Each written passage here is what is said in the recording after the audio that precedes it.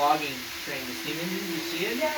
Because in the old days, you know, they would go, they put the track in the forest and they bring the logs into town and they mill it, and that was an important part of Montreal's economy, right? The processing of wood, and it still is. And then there's the grain hoppers, right? That's indistinguishable, you know, the grain train, right? You know that, right? You can relate to that, yes? No? Yes? You ever seen a grain train? No? I don't know if I've seen it. That's a thing that I have. Because in the prairies, right, Canada's a breadbasket of the world, right? So all the grain comes into Montreal, it's processed, and that's why we have like 5 roses in Montreal, right? They would process the flour, put it in silos, and then sell it to, like, you know, foreign markets. So that way, you know, the Russians can enjoy these big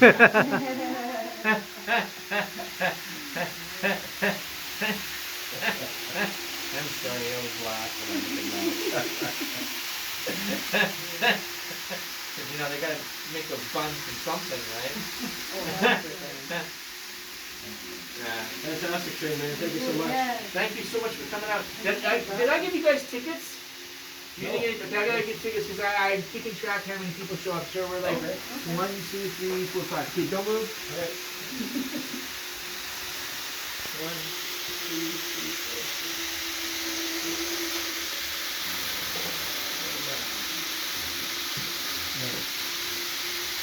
And I have an authentic hole punch. I told you why I'm wearing this, right? I told you this already? You told us, I think you guys came after it. Okay, this is authentic. It's an authentic late 70s, early 80s conductor uniform. And this is what they would be wearing on these trains. This one, the Via, and the CN. So the conductor and train man on those trains would look exactly like how I'm dressed. Exactly. That's so cool. It's actually on the pants is the name of the guy who wore this uniform. Yeah, I can tell you who it was. Yeah. And the hat comes from two different people. The hat comes from a gentleman in Cornwall.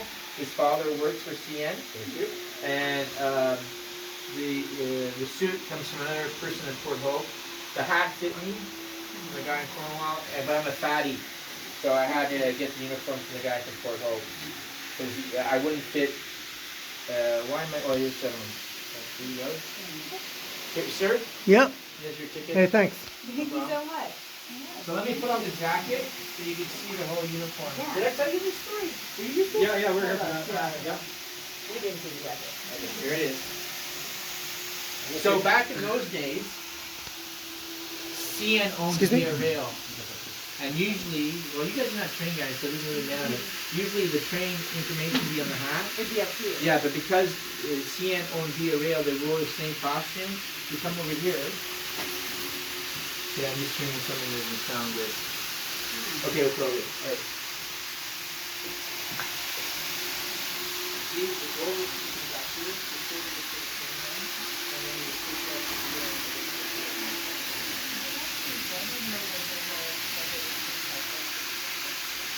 but it was to the same here. The reason why I did that is because CN is trying to get on the top. Okay, because you're organized and things. Yeah, no, no.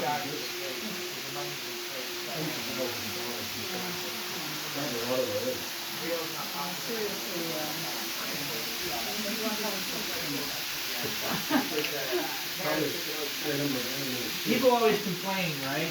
People always complain that, oh, why don't we have high-speed trains in Canada, yada, yada, yada. And it sucks. I get it. But the problem is Canada's not Europe. It's such a massive country that the infrastructure investment to do that would just be prohibitive.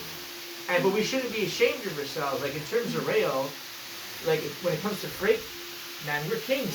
You ever been to Europe? Their freight service is rinky-dink compared to ours, man.